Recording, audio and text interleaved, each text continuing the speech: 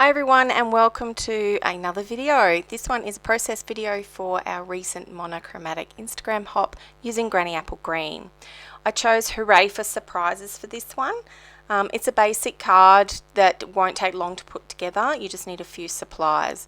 So what I did do is I ran some basic white cardstock strips through an embossing folder, and then I'm going to ink up one of my blending brushes and ink either side, so it's going to actually be top and bottom, using the Granny Apple Green.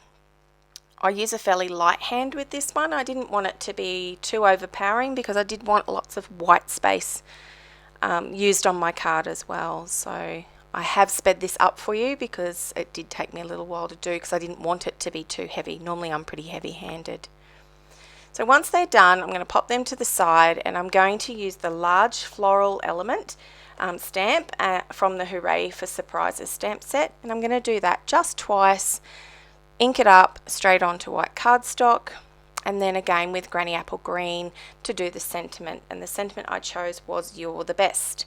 So I did ink up my Versamark just recently, so it was pretty juicy and it made for white embossing really easily.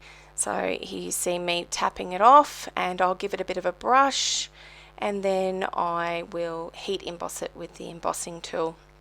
And don't mind the fact that I'm doing it completely opposite handed to what I normally would. That was purely for the camera. Once it was all set and melted, I put it to the side for a second to dry. You've got to be really careful with embossing powder that it doesn't smudge whilst it's still warm. Then I'm going to cut these floral elements out, and I actually have sped this up again quite quickly just to make this video less than 3 minutes so it's easy to watch. So these, this didn't well, it does come with a die set, but I just found it was much easier to do hand cutting for this card, and it is a fairly new set to me even though it's been around for a while. It's got some really cool dies that go with it. So this floral element is really easy to cut for a beginner because you can be quite rough with it.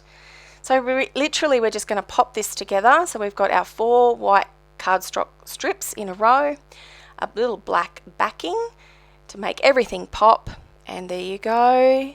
And like magic, it is completed with some matching sequins. Thanks for joining me. I hope you have a go at this easy card.